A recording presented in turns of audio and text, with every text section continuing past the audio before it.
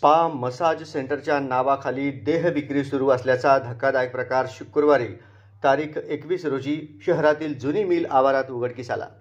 अवैध मानवी वाहतूक प्रतिबंधक कक्षाच्या पथकानं छापा टाकून तिघा महिलांची सुटका केली। या प्रकरणी मसाज सेंटर चालविणाऱ्या दोघांविरुद्ध फौजदार चावडी पोलीस ठाण्यात गुन्हा दाखल केला आहे। त्यांना पोलिसांनी अटक केली असून न्यायालयाने 25 फेब्रुवारीपर्यंत पोलीस कोठडी मिळाली आहे।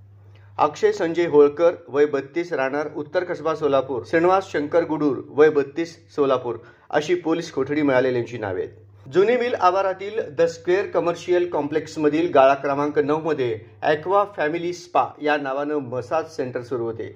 यात स्पा मसाजच्या नावाखाली देह विक्री सुरू असल्याची खबर पोलिसांना मिळाली। त्यानुसार शुक्रवारी अनैतिक मानवी वाहतूक कक्षाच्या अधिकारी व कर्मचाऱ्यांच्या पथकाने त्या स्पा सेंटरमध्ये बनावट ग्राहक पाठवून देह विक्री सुरू असल्याची खात्री केली। त्यानंतर त्यावर छापा टाकला असता तेथे 3 महिलांकडून देह विक्री करून घेण्यात येत असल्याचे आढळले। पोलिसांनी त्या महिलांची सुटका केली। स्पा मसाज सेंटर नावाखाली महिलांकडून देह विक्री करून घेणाऱ्या दोघांना पोलिसांनी ताब्यात घेतले। पोलीस नाईक अब्दुल सत्तार नाईक यांच्या फिर्यादीवरून त्यांच्या विरुद्ध अनैतिक मानवी व्यापार प्रतिबंधक कायद्यानुसार फौजदार चावडी पोलीस ठाण्यात गुन्हा दाखल केला आहे। न्यायालयाने दोघांना 25 फेब्रुवारीपर्यंत पोलीस कोठडी दिली।